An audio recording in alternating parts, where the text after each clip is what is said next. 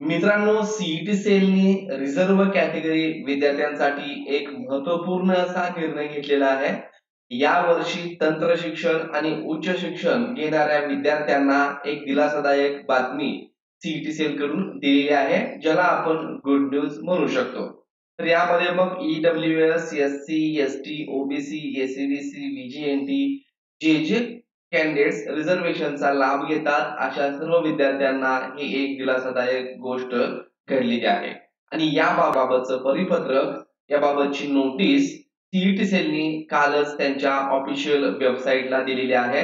ही notice नेमकी काय आहे हे पाहण्या अगोदर तुम्ही जर चॅनलला नवीन असाल तर चॅनलला सबस्क्राईब करा, तुमच्या मित्रांना शेअर करा. तर मित्रांनो, मी प्राध्यापक डॉक्टर वैभव इंगळे, तुम्ही पाहताय इन्फॉर्मेशन कट आहे युट्यूब चॅनल. चला तर सुरू करूयात व्हिडिओ.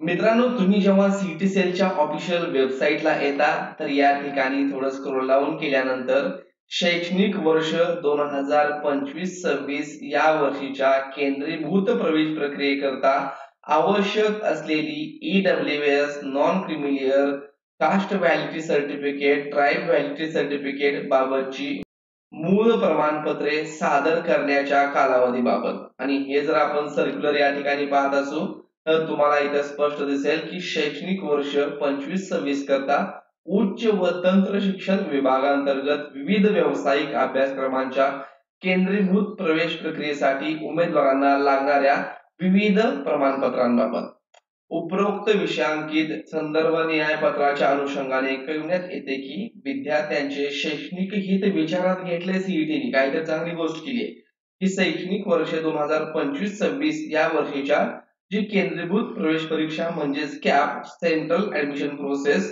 यासाठी आवश्यक असलेलं ईडब्ल्यूएस सर्टिफिकेट असेल, non creamy layer certificate, caste validity certificate आणि ट्राईब व्हॅलिडिटी सर्टिफिकेट याबाबतची मूळ प्रमाणपत्रे म्हणजेच ओरिजिनल तुमचं caste certificate, validity certificate, tribe validity certificate सादर करण्यास केंद्रीभूत प्रवेश प्रक्रियेच्या अंतिम दिनांकांपर्यंत मुदतवाढ देण्यात शासन मान्यता देण्यात येत आहे.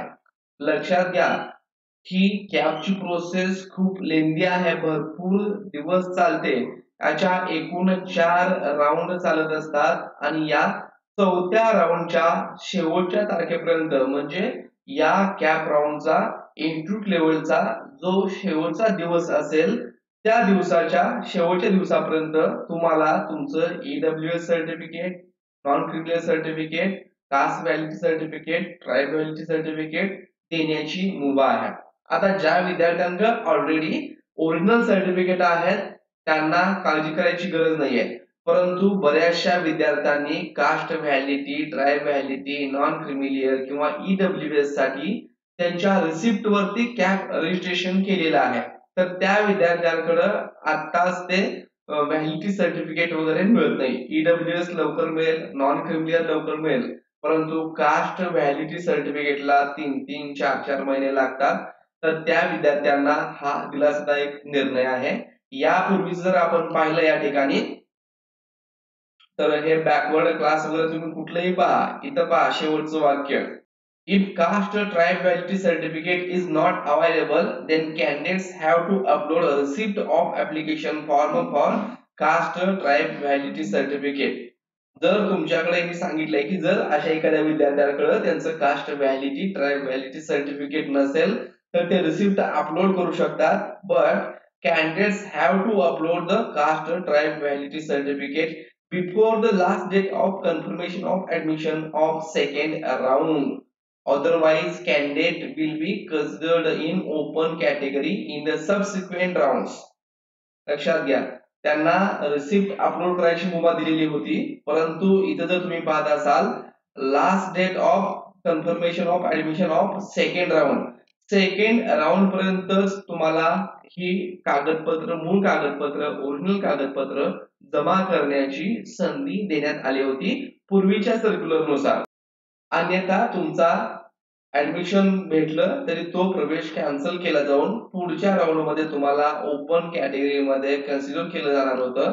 परंतु आता हे 2 कॅप राऊंड ऐवजी या ठिकाणी शेवट तारखेपर्यंत, अंतिम दिनांकापर्यंत म्हणजेच 4 कॅप राऊंड पर्यंत तुम्हाला तुमचं कास्ट व्हॅलिडिटी, ट्राईब व्हॅलिडिटी देण्याची मुभा आहे. आणि सेकंड कॅप राऊंड नंतर आणखीन एक 15 ते 20 दिवसाचा कालखंड तुम्हाला एक्स्ट्राचा याच्यामध्ये भेटू शकतो. कारण सेकंड राऊंड झाल्यानंतर पुढे 15 ते 20 दिवस थर्ड कॅप राऊंड आणि इन्स्टिट्यूट लेवल कॅप राऊंड, त्यानंतर extended institute level cap round देखील होऊ शकते. तर मित्रांनो, ही एक दिलासादायक बातमी रिझर्व्ह कॅटेगरीच्या विद्यार्थ्यांसाठी होती. हे अपडेट तुमच्यापर्यंत पोहोचवणं मला गरजेचं वाटलं, कारण बऱ्याचशा विद्यार्थी हे टेन्शन मध्ये होते की आता कास्ट व्हॅलिडिटी तर लवकर भेटणार नाही. तर मित्रांनो, व्हिडिओ आवडला असेल तर चॅनलला लाईक करा, सबस्क्राईब करा, तुमच्या मित्रांना शेअर करा. धन्यवाद.